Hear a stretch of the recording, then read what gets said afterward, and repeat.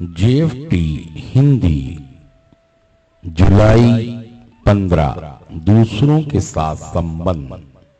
हमने उन सभी व्यक्तियों की सूची बनाई जिनको हमने हानि पहुंचाई और उन सभी की क्षतिपूर्ति करने के इच्छुक हुए।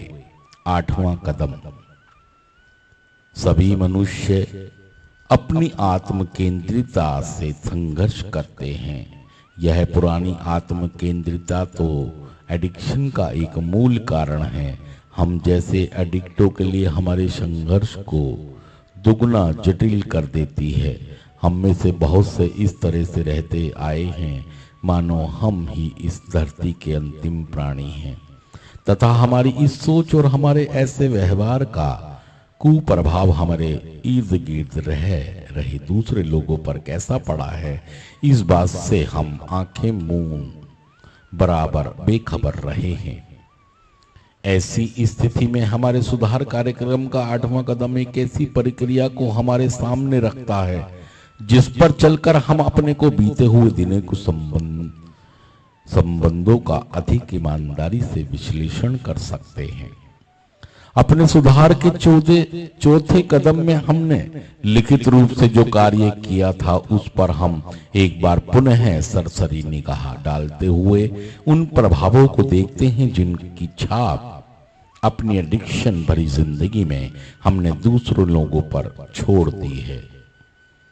जब हम उनसे कुछ लोगों को अपने खुद के द्वारा पहुंचाई गई हानि को पहचान लेते हैं, तब हम अपने को पूरी तरह ईमानदार मानते हुए उन सब की भरपाई करने के लिए इच्छुक हो जाते हैं।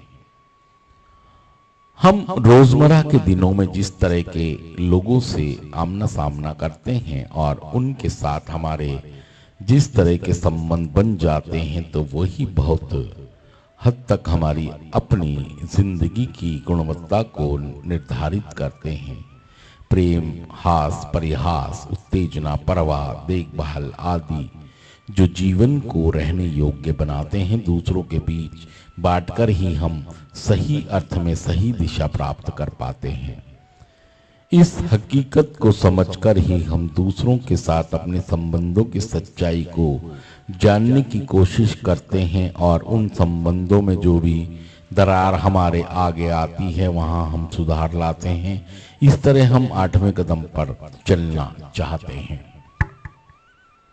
सिर्फ आज के दिन मैं अपने साथियों के संग साथ का भरपूर मजा लूटना चाहता हूं। जो लोग मेरी जिंदगी में हैं उनके साथ अपने संबंधों पर गौर करूंगा और जहां मैं पाऊंगा कि मैंने दूसरों को हानि पहुंचाई है वहां मैं उनकी क्षतिपूर्ति करने की इच्छुकता की मांग करूंगा। थैंक यू दोस्तों, शुक्रिया सुनने के लिए।